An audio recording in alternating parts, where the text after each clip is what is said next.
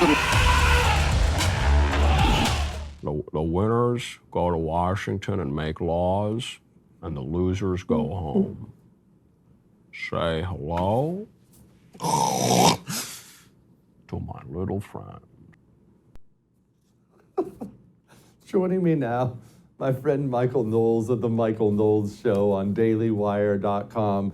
All right, Michael, I've been ranting and raving, as I'm sure you have, about all the crap that's in this disastrous bill. And the way I see it, I was thinking about it this morning, is that we are in a race, that McConnell and these old loser types, they're blocking any kind of actual resistance against the scumbags that are in Washington, D.C. And until we get rid of the McConnell types, we haven't even begun fighting. Jesse, I just want to thank you for playing my audition reel for the Mitch McConnell biopic someday. I just hope that Hollywood takes that audition very seriously. I think Cocaine Mitch summed it all up when he was asked yesterday what the Republicans' top priorities are. And he said the top priority, the number one priority for Republicans is the war in Ukraine. I'm not saying anything. I like the Ukrainians. I hope they do great. But when I think of my list of priorities and the priorities of Republicans around the country, Ukraine comes in around number 5,000, okay? Inflation, the economy, energy, immigration, family. The list goes on and on and on. But the Republicans in Washington just don't seem to get it.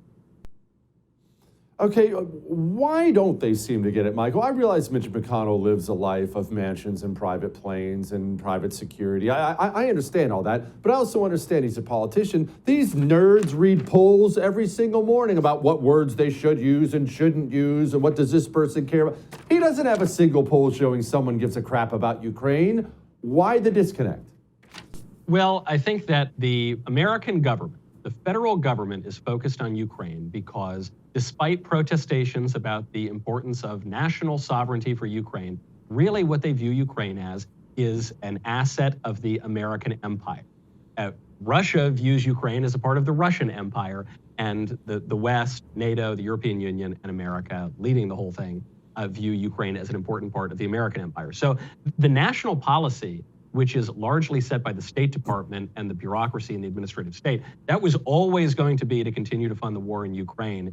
And the two political parties aren't going to say very much about that anyway. So they've decided to cram this Ukraine funding, I think it's $45 billion of military spending, into the omnibus bill. But there's way more egregious things in the omnibus bill than military spending for Ukraine. I mean, you've got this Electoral Count Reform Act, which effectively changes the Electoral Count Act of the 1880s to make it such that the vice president has even less of a say in the proceedings when one certifies the vote, and that people who are worried about fraud in elections don't have as much recourse to object. It's ironic because during the 2020 election, the Democrats kept telling us that the vice president has absolutely no ability whatsoever to reject slates of electors. Well, if he had no ability to do that, then why are they changing the law in this omnibus bill? And if they thought that the new electoral count law would be popular, why don't they debate it on its own? They're just going to cram it into the omnibus. They're going to cram all sorts of insane spending into the omnibus. They're just going to